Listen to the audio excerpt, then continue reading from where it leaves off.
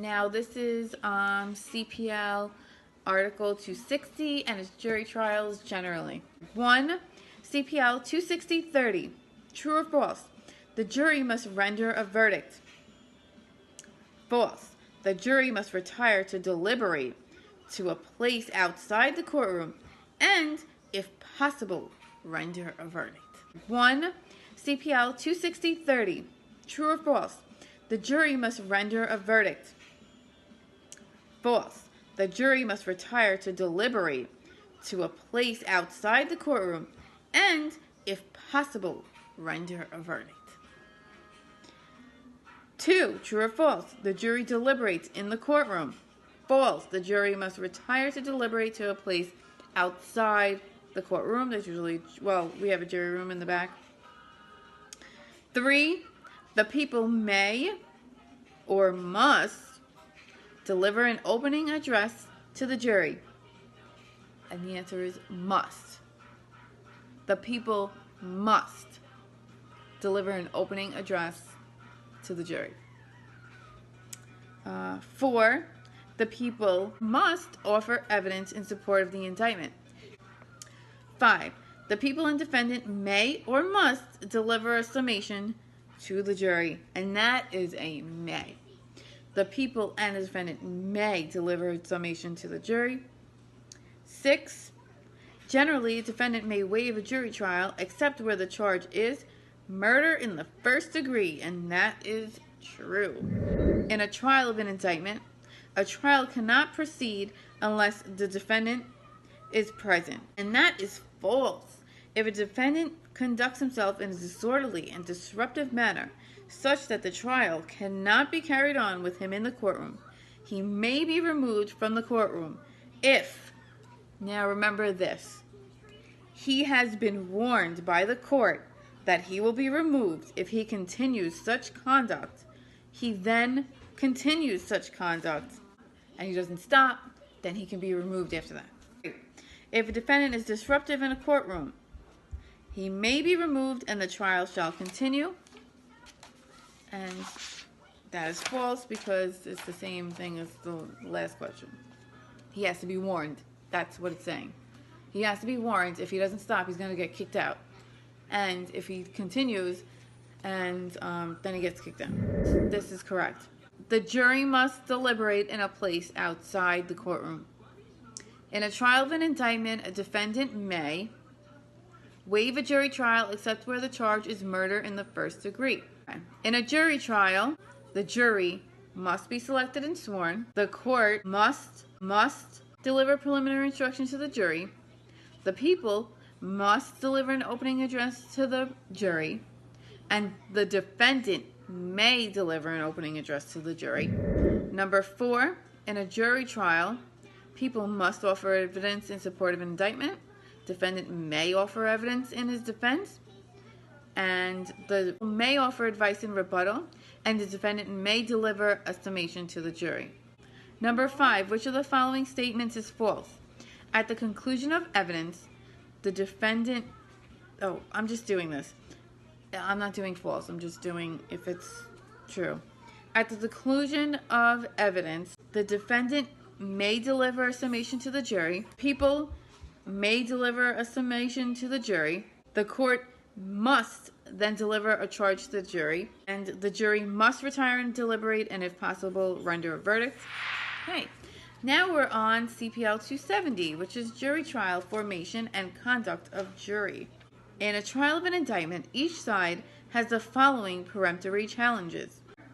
An A felony, it's 20 for regular jurors, 2 for each alternate. For B or C felony, it's 15 for regular jurors, 2 for each alternate. And for a D felony, it's 10 for regular jurors, 2 for each alternate. Why does that have that? Wait a minute. In a criminal case, when 2 or more defendants are tried jointly, the number of peremptory challenges remained the same, right? Yes. The maximum number of alternate jurors in the trial of an indictment is, as directed by the court, but not more than 6. If the trial jury has begun its deliberations and one of the jurors cannot continue, yes.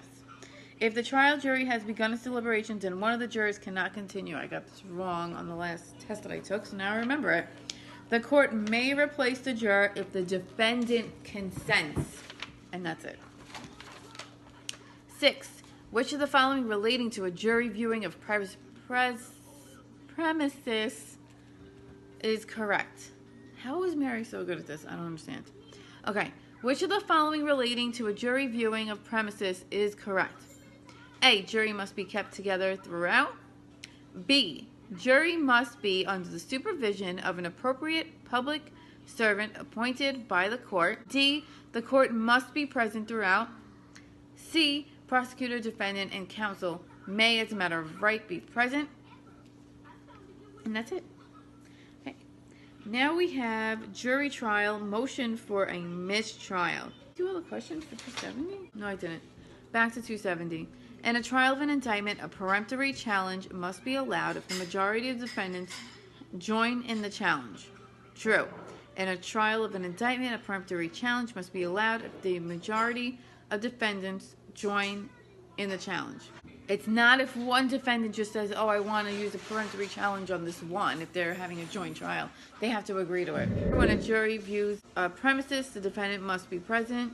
And that's false. He may be present, or she, whatever. 7. A challenge to the entire panel of jurors may be made only by the defendant. A challenge to the entire panel of jurors may be made only by the defendant.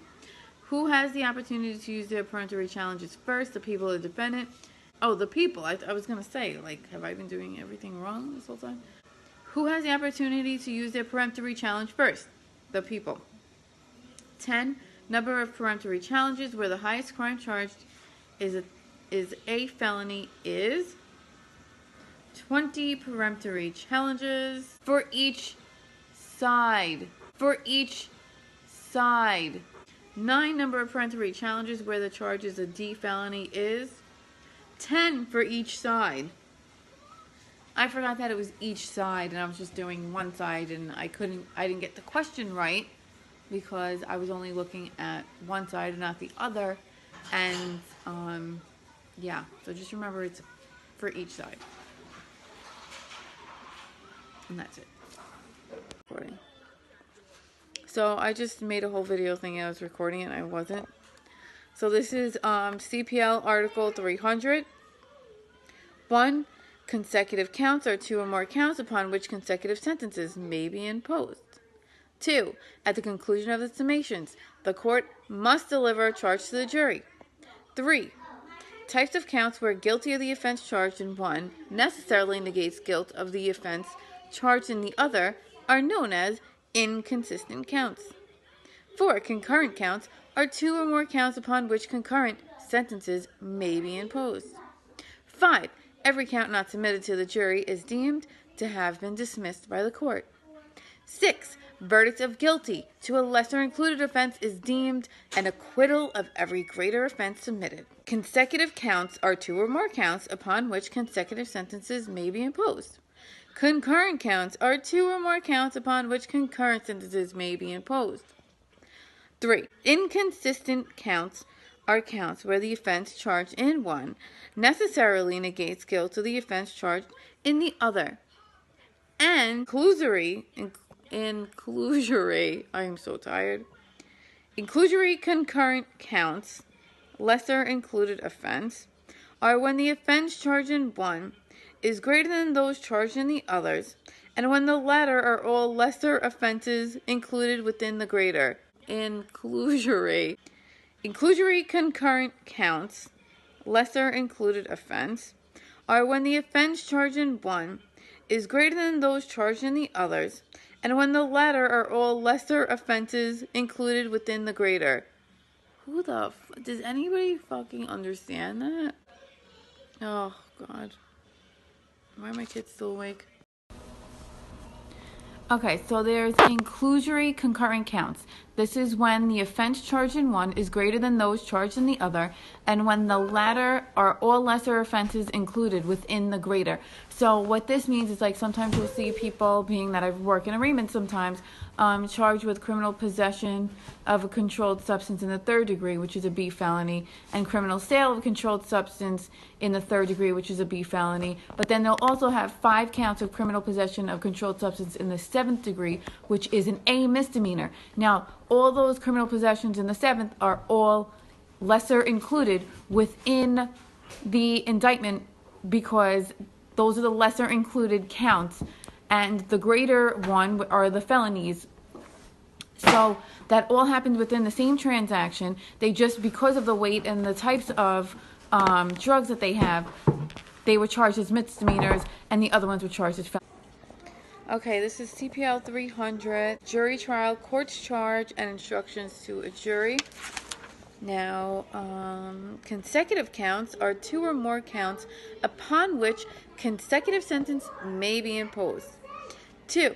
At the conclusion of the summations, the court may deliver a charge to the jury. False. At the conclusion of the summations, the court must deliver a charge to the jury. 3. Types of counts where guilty of the offense charged in one necessarily negates guilty of the offense charged in the other are known as inconsistent counts. 4. Concurrent counts are 2 or more counts upon which concurrent sentences may be imposed. 5. Every count not submitted to the jury is deemed to have been dismissed by the court. I'm losing my mind. Okay. This is allowable pleas for juvenile offenders, and if it's 14 or 15 years old and it's murder in the 2nd degree, the allowable plea may be any crime to which the defendant is criminally responsible. If it's any crime other than murder in the 2nd degree, it's any crime to which the defendant is criminally responsible, unless the plea of guilty is accepted as per the one above. Any crime other than murder in the 2nd degree, the DA may recommend removal to the family court. Such plea shall be deemed to be a JD fact determination. Removal to the family court shall be as per CPL 725. Okay, and that's it.